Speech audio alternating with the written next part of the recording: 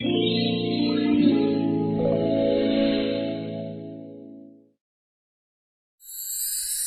की शादी में अमीर गरीब भाभी का शगुन गिफ्ट। समर भैया चलिए जल्दी से मेरा नेक निकालिए, और वो भी पूरे 1 लाख का शगुन। क्या कहा? 1 लाख का शगुन? नताशा तू पागल है। लगता है शादी की थकावट में इस लड़की का दिमाग चलना बंद हो गया है। तुझे पता है ना, तेरा बड़ा भाई किराने की दुकान पर काम करता है और छोटा भाई एक प्राइवेट कंपनी में नौकरी करता है। वो कैसे देंगे इतने पैसे? माँ, इस टाइम ना आप मेरे और भैया के बीच में नहीं आएंगी। अब कंजूसी छोड़ भी दीजिए भाई साहब, शादी बार बार थोड़ी होती है। कैसी बातें कर रही हैं आप देवरानी जी? ये कोई छोटी मोटी रकम नहीं मांग रही है। नताशा तुम कुछ और मांग लो जो तुम्हारे भाइयों की जेब पर भारी ना पड़े। वाह, मेरी बड़ी बहू तो बड़ी समझदार है। क्या खाक समझदार है, 1 नंबर की कंजूस है। ओह, मैं तो भूल ही गई थी, गरीब घर से है तो कंजूसी करना तो आता ही होगा। ओफो, ये छोटी मोटी रकम के लिए ना चिंदी चोरी करना मुझे पसंद नहीं। बड़े भाई साहब और जेठानी जी तो 1 नंबर के कंजूस मालूम होते हैं। एक काम करो विराट, तुम इसे 1 लाख का चेक काट कर दे दो। वाह छोटी भाभी, आप कितने अमीर घर से आई हैं। आपकी दरियादिली देखकर ही पता चलता है। लेकिन ये बड़ी भाभी यानी कि मेरी गरीब भाभी कंजूस मक्खी चूस है, ये भी मुझे पता चल गया। अच्छा, अब इन्हें आराम करने जाने दे। इसके बाद प्रभा देवी सबको उनके कमरे में आराम करने के लिए भेज देती हैं। अगले दिन दोनों बहुओं की पहली रसोई होती है। सुहाना तो खीर बना रही थी, लेकिन नैना कहती है, नताशा यार मुझे ये सामान चाहिए था, क्या तुम लाकर दोगी? हाँ भाभी, क्यों नहीं। अब बढ़िया सा रईसों वाला कुछ खाना है तो सामान तो लाकर देना ही होगा। देवरानी जी, आप भला ऐसा कौन सा सामान मंगा रही है जिसके लिए आप पैसे खर्च कर रही हैं? एक बार कम से कम रसोई में देख तो लेती। ओह गॉड, इस गरीब का कंजूसी का रोना फिर से शुरू हो गया। जेठानी जी, आपकी जानकारी के लिए बता दूं कि मैं केक बनाने वाली हूँ। आपकी तरह कुछ टिपिकल खाना नहीं बना रही अपनी पहली रसोई में। और एक बात बताओ कि आप हर चीज में अपनी टांग क्यों उड़ाती हो? बिल्कुल ठीक कहा छोटी भाभी, इस मामले में मैं आपके साथ हूँ। अब देखो ना, कल इन्होंने भैया से मुझे ढंग से शगुन भी नहीं लेने दिया, उसमें भी बीच में बोल पड़ी थी। उन दोनों की बातें सुनकर सुहाना की आंखों में आंसू आ जाते हैं। तभी सास आ जाती है। वो उनकी सारी बातें सुन चुकी थी। छोटी बहू, पहली रसोई में केक कौन बनाता है? कोई जरूरत नहीं। घर में जो सामान है उससे ही कुछ बना लो, वरना कोई बात नहीं। बड़ी बहू ने जो खाना बनाया है उससे ही हाथ लगाकर शगुन कर दो। कुछ देर बाद सब गरीब बहू सुहाना के हाथ का खाना खाकर तारीफ करते हैं, लेकिन नैना तो मुंह बनाती रह जाती है। उसने बाहर से ही पैसे देकर रेडीमेड केक ऑर्डर किया था, जिसे घर वाले कम ही खाते हैं। देख नताशा, तेरी बड़ी भाभी कितना अच्छा खाना बनाती है। अब तेरा रिश्ता भी तय हो चुका है। अब कम से कम जितने दिन बचे हैं उसमें तू अपनी भाभी से खाना बनाना सीख ले। माँ, आपने मुझे खाना बनाना सिखाया है ना, तो बस यही बहुत है मेरे लिए। मुझे किसी का एहसान नहीं चाहिए। तूने फिर बदतमीजी से बात की अपनी भाभी के लिए? माँ जी जाने दीजिए, वो मेरी छोटी बहन जैसी है। मैं खुश हूँ बहू जो मैंने तुझे अपने बड़े बेटे के लिए चुना। अगर कहीं वो भी मेरे छोटे बेटे की तरह अपनी पसंद की लड़की ले आता तो न जाने क्या ही होता। उन दोनों का प्यार देखकर नैना मन ही मन सोचती है, बस कल से माँ जी जेठानी जी के नाम का ही जप किए जा रही है। मेरे गुण तो दिखाई नहीं दे रहे इनको। कुछ ही दिनों में ननद नताशा की शादी की तैयारी शुरू हो जाती है, जहाँ सुहाना अपने पति के पैसों से हलवाई से खाना बनवाती है, जबकि छोटी भाभी यानी नैना कोई काम नहीं करती, सिर्फ अपनी ननद के साथ बातें करती है और उसके छोटे मोटे पार्लर के अपॉइंटमेंट में उसके साथ चली जाती है। नैना भाभी, मेरे फेस पर ग्लो तो आ जाएगा ना? जो आपने अपनी शादी में करवाया था वही मेरी शादी में भी करवाना। हाँ हाँ बिल्कुल आ जाएगा। सुनिए, आप मेरी ननद का ना डायमंड वाला फेशियल करना, और बाकी चीज भी एक्सपेंसिव। और हाँ, पैसों की कोई चिंता मत करना, बस काम बढ़िया होना चाहिए। पार्लर वाली नताशा का फेशियल करने लगती है। फेशियल हो जाने के बाद जब दोनों घर आती हैं, उन्हें देख प्रभा देवी कहती है, नताशा अभी तक तेरे गहने डिसाइड नहीं हुए, जा अपनी बड़ी भाभी के साथ गहने लेने चली जा। नहीं, मुझे बड़ी भाभी के साथ नहीं जाना, उनकी पसंद एकदम ओल्ड फैशन है, लाइक यू। मैं तो नैना भाभी को लेकर जाऊंगी, देखो कितना अच्छा फेशियल करवाए। अरे लेकिन तेरी छोटी भाभी से ज्यादा बड़ी भाभी को इन चीजों की समझ है, तेरे साथ सुहाना ही जाएगी।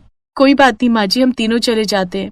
ये कहकर तीनों ज्वेलरी की शॉप पर चले जाते हैं, जहाँ सुहाना उसे अपनी क्षमता के अनुसार अच्छे बजट का सोने का हार दिलाती है, लेकिन नताशा वो नहीं लेती और नैना की पसंद का और उसके पैसों से महंगी ज्वेलरी खरीद कर घर ले आती है। और गहने दिखाते ही नैना झट से बोल पड़ती है, माँ जी पूरे 5 लाख के गहने आए हैं। अभी तो कोई बात नहीं, लेकिन बाद में मुझे मेरे सारे पैसे दे देना। फिर अगले दिन सास अपनी दोनों बहुओं और नताशा से कहती है, शादी की सारी तैयारी हो चुकी है, सिवाय शादी के जोड़े के। और ये दिलाना दोनों भाइयों का काम होता है, जो कि शगुन का गिफ्ट दिया जाता है। अब इसकी मर्जी ये दोनों लहंगा कब पहने, शादी या रिसेप्शन पर। लेकिन दोनों भाई तो वैसे ही काम में बिजी हैं, इसलिए दोनों भाभियों को ही ले जा और 2 लहंगे ले लेना अपने लिए।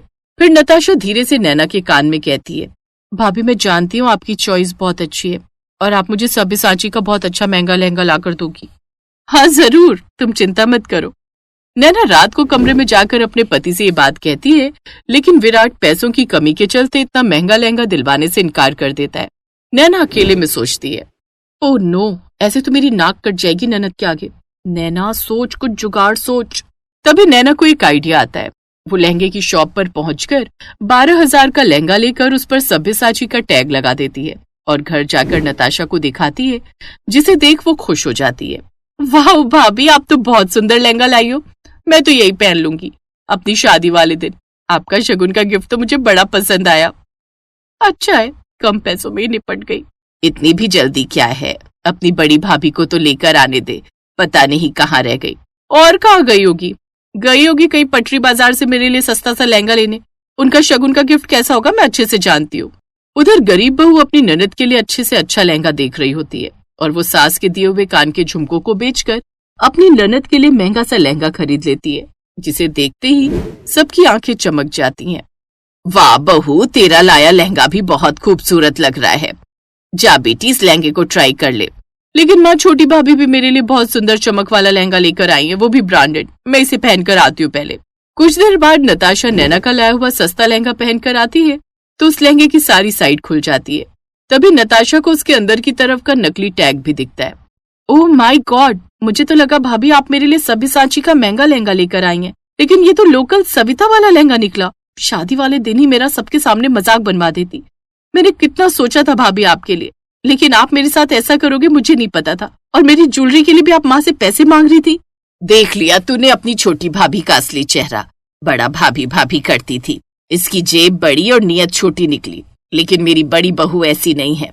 लहंगा लाने के लिए उसके पास पैसे नहीं होंगे, फिर भी तेरे लिए महंगा लहंगा लेकर आई है। चाहे वो बोले या ना बोले, साफ पता चल रहा है। बड़ी भाभी सॉरी, मैंने आपको बहुत गलत समझा और उल्टा भी बोला। कोई बात नहीं नताशा, मैं तो शुरू से ही बोलती हूँ तुम मेरी छोटी बहन जैसी हो। और नैना को माफ कर दो, भूल जाओ इस फटे हुए लहंगे के बारे में। ये याद रखो कि ये वाला लहंगा हम दोनों भाभियों का शगुन है अपनी प्यारी ननद के लिए। उसकी ये बात सुनकर नैना को अपनी गलती का एहसास होता है। सॉरी जेठानी जी, मैंने हमेशा आपकी गरीबी का मजाक उड़ाया, मैंने आपको हर्ट किया। और नताशा, तुम भी मुझे माफ कर दो। तब घर वाले उसे माफ कर देते हैं। कुछ दिन बाद नताशा अपनी शादी में सुहाना का दिया हुआ लहंगा पहनकर शादी करती है।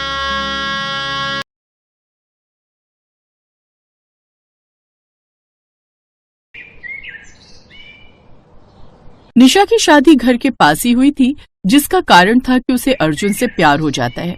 पहले तो उसके माँ बाप इस शादी के लिए तैयार नहीं हुए, लेकिन फिर अपनी बेटी के आगे उनकी एक नहीं चली और वो इस शादी के लिए मान गए। शादी के कुछ महीने बाद उसकी माँ जानकी उससे, बेटी निशा, तेरे भाई अमन की शादी तय हो गई है, तो शादी की सारी तैयारियां तुझे ही करनी है। पास में ही रहती है तू, तो भाई की शादी के लिए जरा हाथ बटा देना। कैसी बातें करती हो माँ, ससुराल में दुनिया भर का काम होता है। अब मैं ससुराल देखूं या यहाँ का काम करूं? ना बाबा ना, मेरे बस की तो नहीं है। और मेरी सास, वो तो बिल्कुल नहीं मानेंगी। अच्छा ठीक है, चल हम ही जैसे तैसे संभाल लेंगे। कुछ दिनों बाद अमन और सीमा की शादी हो जाती है और सीमा ब्याह कर अपने ससुराल आ जाती है। फिर एक दिन, माँ भाभी सेट हो गई ना ससुराल में? भाभी को बता दिया है ना, ननद पास में ही रहती है, तो ये ना समझे कि दिन के 4 चक्कर क्यों लगा रही है। अरे नहीं, मैंने तो नहीं बताया तेरी भाभी को कि तू पास में ही रहती है, क्योंकि सारी शादी में तो तू मेहमानों की तरह ही दिखी है। मैंने तो बोल दिया उसे कि उसकी सास तेज है, उसे मायके आने ही नहीं देती।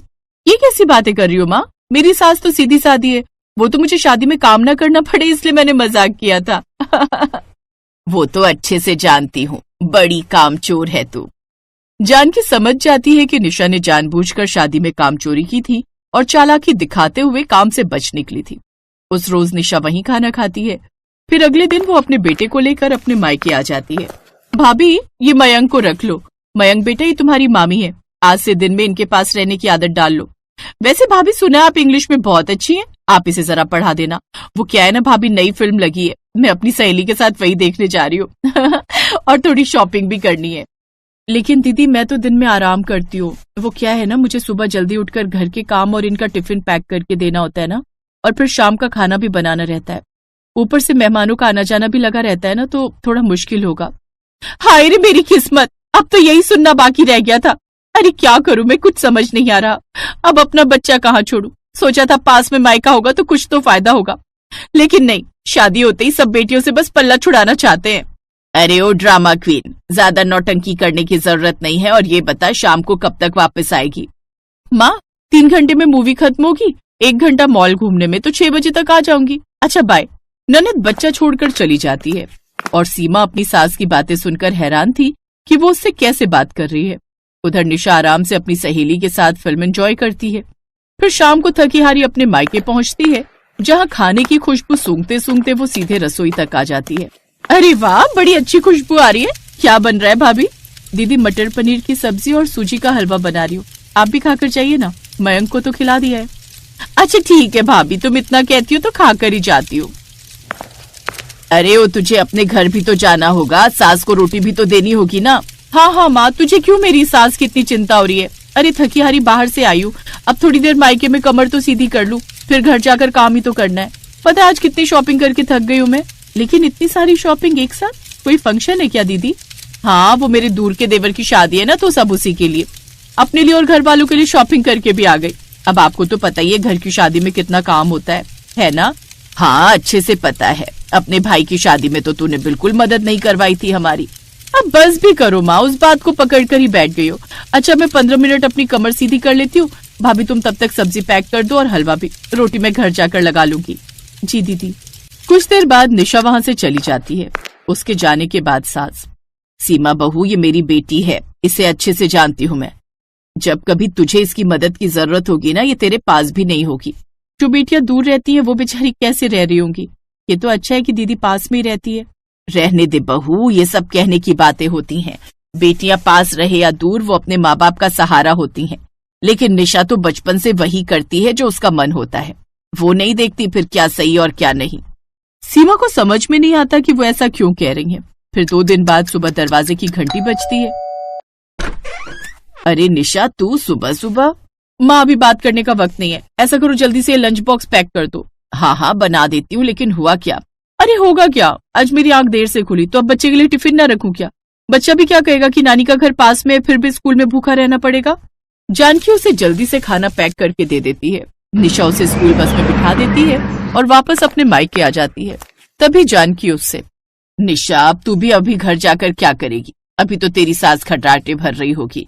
अब तूने मेरी नींद तो खराब कर दी, इसलिए ऐसा कर अब जल्दी से जाकर रसोई में चाय बना ले। और हाँ अपनी भाभी के लिए भी बना देना, वो भी उठने वाली होगी। क्या चाय और मैं? ना माना, मुझे तो बहुत नींद आ रही है, मैं तो सोने जा रही हूँ, बहुत नींद आ रही है। भाभी को आवाज दीजिए ना, वो बना देंगी। तभी सीमा भी वहां आ जाती है।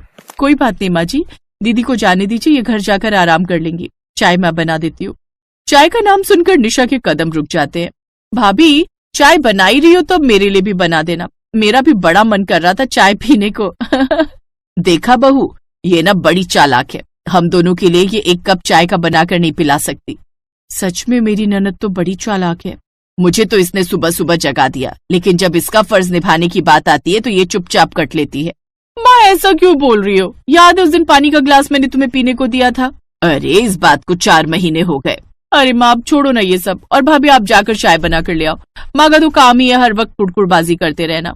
सीमा रसोई में जाकर चाय बनाने लगती है, लेकिन अब उसे समझ आ गया था कि कहीं न कहीं उसकी ननद उसकी शराफत का ज्यादा ही फायदा उठा रही है, और वो अपनी सास की कही बात का सच पता लगाने के लिए, अपनी ननद की चालाकी का पता लगाने के लिए एक प्लान बनाती है।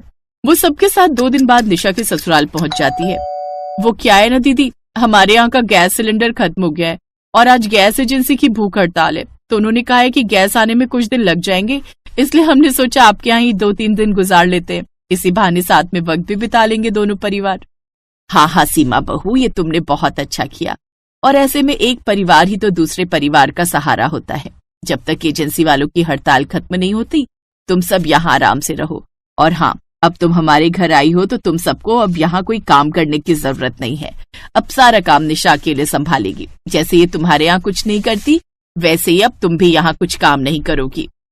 अब आया ना ऊंट पहाड़ के नीचे। अब अगले 2 दिन तक निशा को ही सबके लिए चाय, नाश्ता और खाने का इंतजाम करना होता। साथ ही साथ घर के बाकी काम भी करने होते, जिससे वो बुरी तरह थक जाती है। और अब वो एक प्लान बनाती है। वो जानबूझकर बीमार होने का नाटक करती है और अपने बगल में प्याज रखकर शरीर का टेम्परेचर बढ़ा लेती है, जिससे सबको यही लगता है कि उसे तेज बुखार है। अब मुझसे तो काम नहीं हो पाएगा। हाय रे, देखो तो मेरा नसीब। 2 दिन के लिए मेरे मायके वाले यहाँ आए, लेकिन मैं उन सबको अपने हाथ का खाना भी बनाकर न खिला पाऊंगी।